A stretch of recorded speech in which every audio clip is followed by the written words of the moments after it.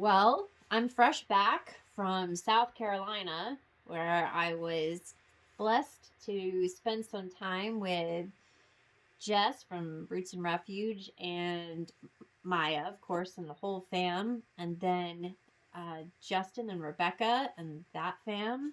And it was really lovely. It was such a beautiful day. I mean, everything about it was just super dope. I did not get to go. No, you're not as cool. It was a solo trip.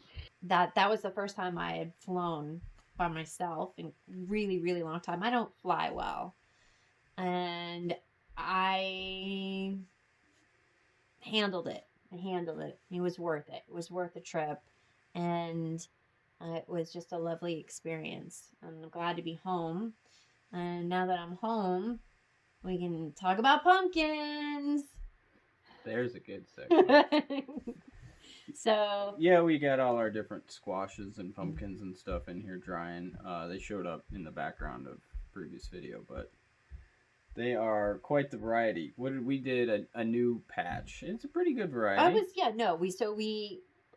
So last year last fall we put the pigs on the new pumpkin patch area, and they did a really nice job of preparing it for us. And then we threw the pumpkins out there. We didn't do like this enormous amount of variety considering that we had a CSA this year. Yeah. But it was decent.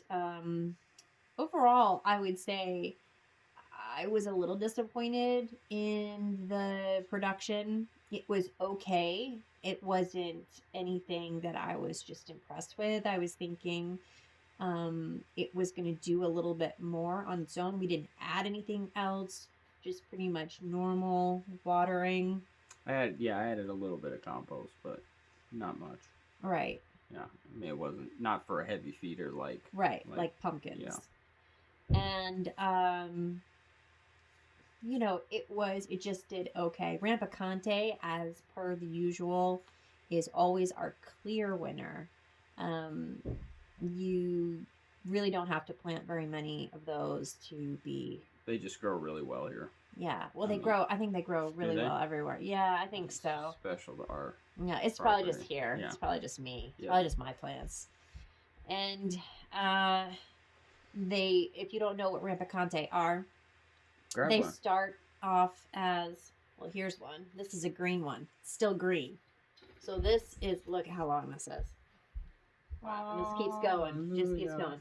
Oh, that thing is soft. Yep, exactly. So this is green. It did not cure properly. If you pull it from the vine and it's still green like this, it has to sit in the window. For a little while too. We haven't done that yet. No, we did. Sorry, it's too late to do that. Okay, so let me grab one that's done, or that is the proper color. Here, we can talk about that one. Yeah. This is definitely more of the color you're looking for. It's just like a typical butternut color. And what's really nice about these is that they're just versatile. You pick them when they're green and they're a nice summer squash. And the rind is, but even better than summer squash, right? Because you can pick it when it's really, really little and it'll be super tender.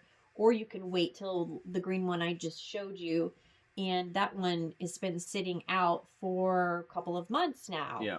And it's still good. We still have ones from last year. Yeah, but those are... You're getting confused. No, that's true. And so if you leave the green one like this, it's still sitting out. It doesn't have to sit in the refrigerator like a typical zucchini or summer squash. It has to sit in the refrigerator in order to have any kind of shelf life. Yeah. But this has been sitting here, and it's not a winter squash, and the rind is still soft and edible, not as soft as a crookneck or something like that, or patty pan, but it is still considered a summer squash. But then you let it get to this color, and then this is a winter squash, and this is now good for... We have some over a year. Forever. Yeah. It's like a McDonald's hamburger. Yeah. Just, I mean, we do have what's we got one that's like 14 months old right No, now.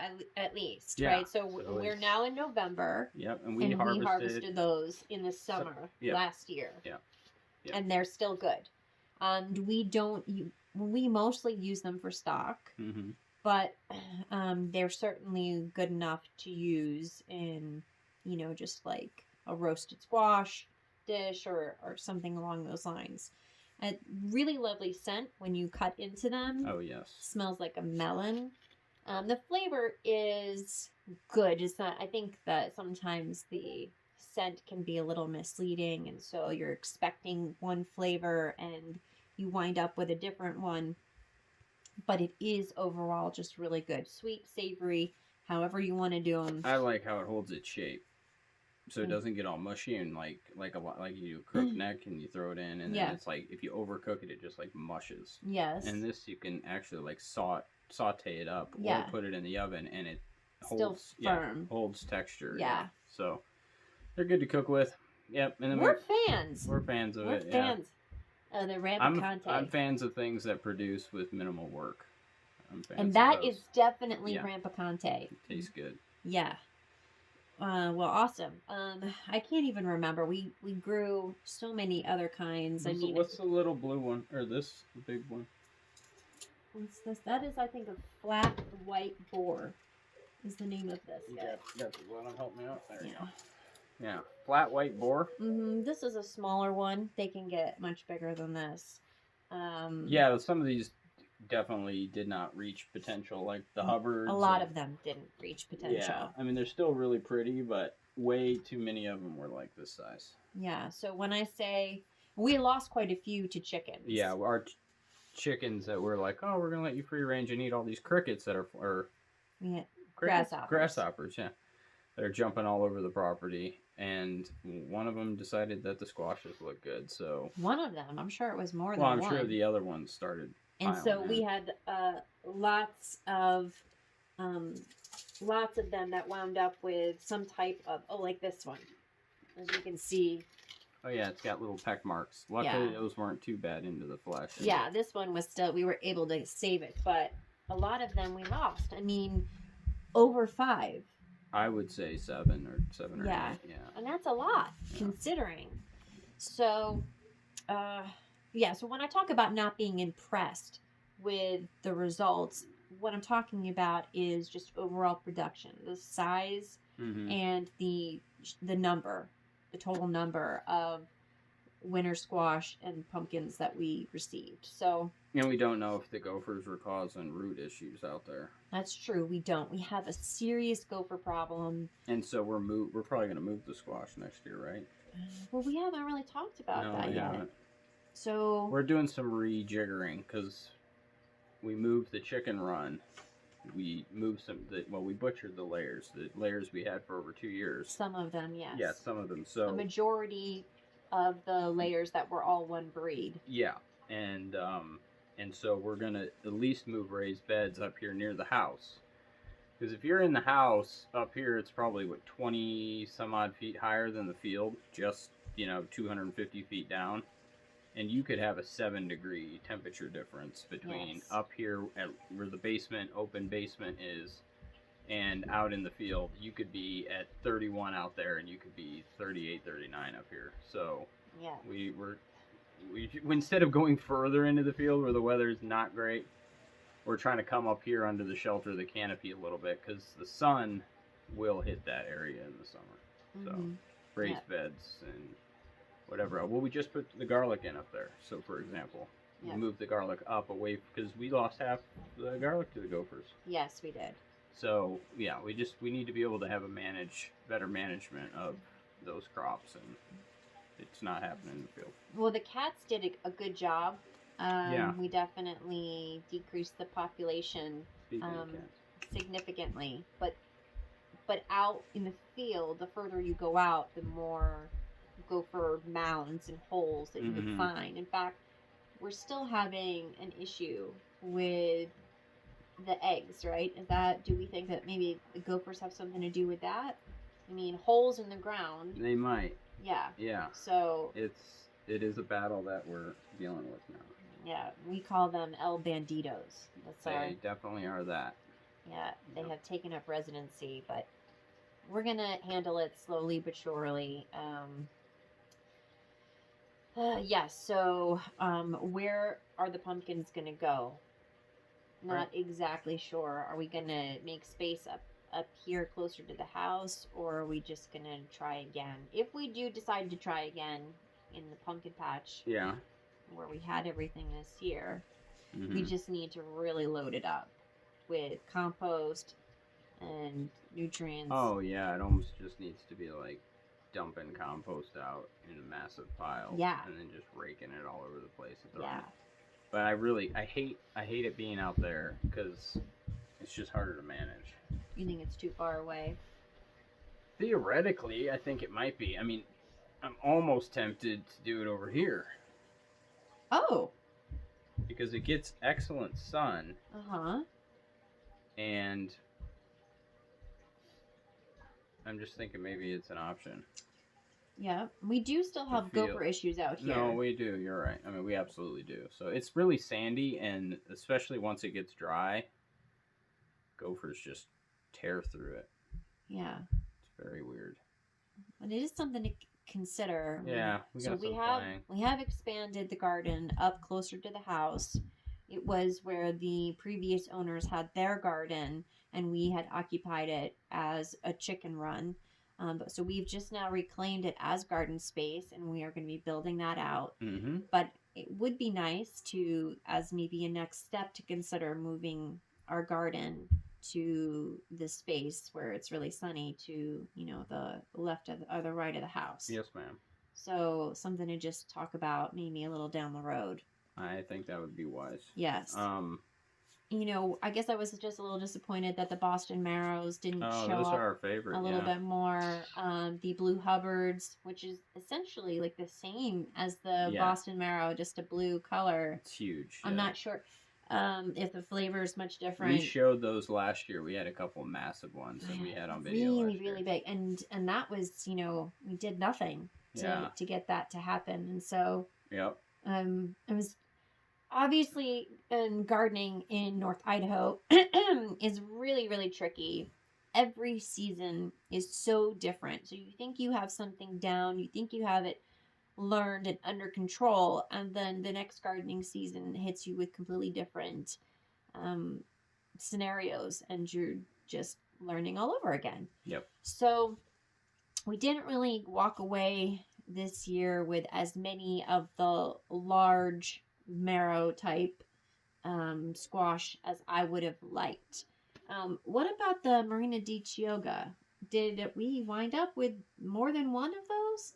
Well, remind me what that looks like. That's the really bumpy one. Where is she? I don't see it. I know, that's why I was asking. I thought I remembered we had one. Did the chicken eat one of those or no? I don't know. Might have got one. We had one from last year, and last year we started the season just a little bit late, and I planted everything direct, so that was the difference I was playing with last year, and we did okay. Yeah. Production everything got pretty much full size, but the production overall numbers were not where we wanted them to be. So we walked away, though, from that season with... Sorry, my charging cable came out. Carry on. We walked away from that season with a couple really beautiful Marina di Chioggias, and it was my first time tasting them.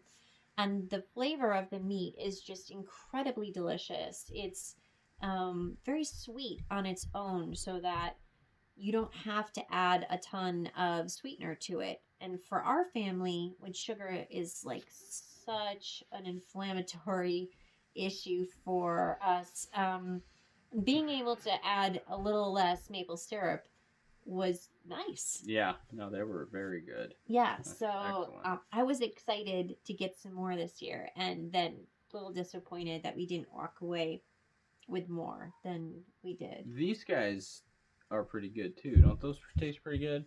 So this is the Tahitian melon. Yeah, which also grows. We grew that in tandem with the the ones we just showed. Right, the rampicantes. Yeah, but these are awesome. These are This is more like a butternut, right? Yeah. It looks very similar to a butternut. I would say it's just a little bit larger. And overall, it's almost as productive. Not quite as productive as the rampicante, but it definitely wants to be. It did well, yeah. Yeah, I didn't plant nearly as many plants of these. No. So, so yeah, but they are very vigorous plants. Yeah, I think they're another good choice. Yeah. 'Cause they do store well, and that's what it's all about. I guess I just think that it's more prolific than a butternut. Yeah. Which Yeah. I think those plants can sometimes be stingy. Mm-hmm. A little stingy. That's all. So yeah, what else? Oh, we grew the candy roasters. And this I did not know what kind these were. These are cool looking. Yeah, this is our first year with a candy roaster. It's got some nice coloring in here. And so they're kind of cool looking. And they're supposed to be, I think, pretty sweet, but we will find out. So I'm not sure. They seem to want to be pretty vigorous as well. I think that they like to set a lot of flowers. They just didn't have enough time. Let's see.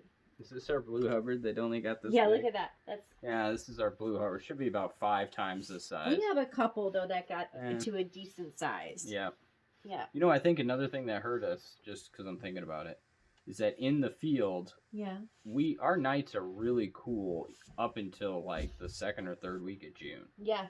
And so if the temperature in the upper part of the garden is staying at, let's say, 42 at night, and then down in the field it gets down to 37 at night, that hinders growth. Yeah, oh, for sure. So I think that might be another reason to put things like squashes and melons and stuff Closer to the house. Closer to the house, closer to the tree line. Yeah, well, that might be part of the reason why we had such a good year, our first year here with the pumpkins when they were in the garden. Or manifest a pumpkin hoop house. That would be ideal here because they would go hog flipping wild in a hoop house. The next hoop house I need is for flowers, so I'm just saying. Can't eat those. No, well, actually, I mean you can eat it. Yeah. I do grow a lot of edible flowers. So. Yeah, so we now have to do 2 hoop houses. Yes. Like 2 24 by 50s or something. I mean, I'm not gonna say no. Mm-hmm. So yeah. I mean, listen, once you get one, it's like a tattoo, right? Yeah. People say that about tattoos. I think you these just want them everywhere. Just put them here and here. I guess I'm glad I never got one. Yeah. So yeah, that would be ideal. Yeah. Gothic style. So that's the shed, No, I know. sheds of snow. I know. This thing's a pain in the butt. You got to go out there every time it snows with a broom, but doing it from the inside is a lot better than doing it from the outside. Even though yeah. You know what I should do? I should fire up that air thing. Yeah. Because that would probably help shed the snow. Well, you're not going to know unless you try. Yeah, I should just run an extension cord down see. that test. I mean, everything that we do is pretty much an experiment. It is, yeah. So. Yeah, infrastructure for sure in the spring has got to be handled. Too much loosey-goosey infrastructure. Well, we do what we can, you know. Yeah, right now it's the house. We got to get the house. Yeah. So, and then you can talk about my diet? Oh, yeah. So after I was hanging out this past weekend with Rebecca.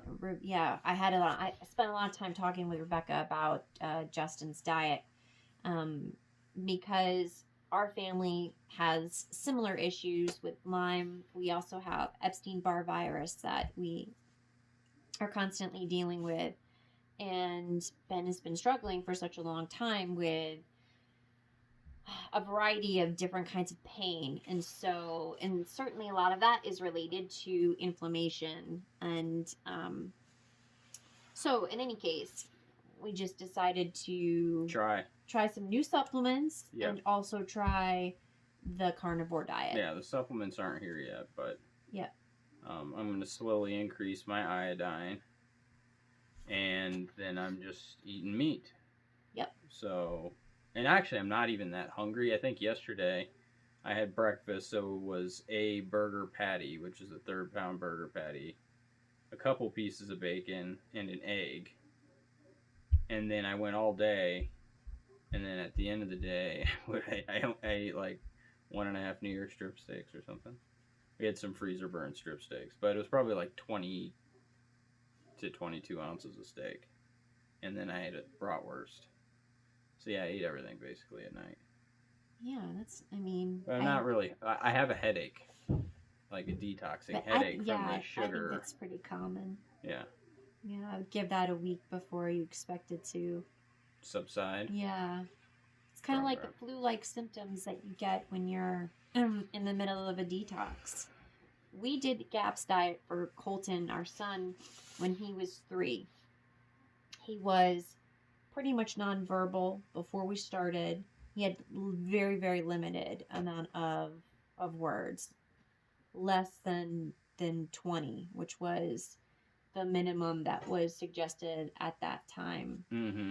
And so we started the diet. It was really intensive. If you know anything about the GAPS diet, it's a lot of work. Um, but we were willing and able, and we did it. And the first 3 days, I know we had some reflux issues when he was a baby, and so I had been putting rice cereal in the bottle. And so it was like 3 days of vomiting and just crying. And it was like watching somebody who was, I always compare it to like, sitting with somebody who's detoxing off of drugs because they just are, don't know what to do with themselves. And it was really hard to watch, but we did our best to keep him comfortable. And then after that 3 days, not only did the language start coming, but he was excited to eat foods that were, you know, an issue before. Yeah. So lots of soups. And Yeah, he there's did a lot of great. soups. It was a Yeah. lot of soups.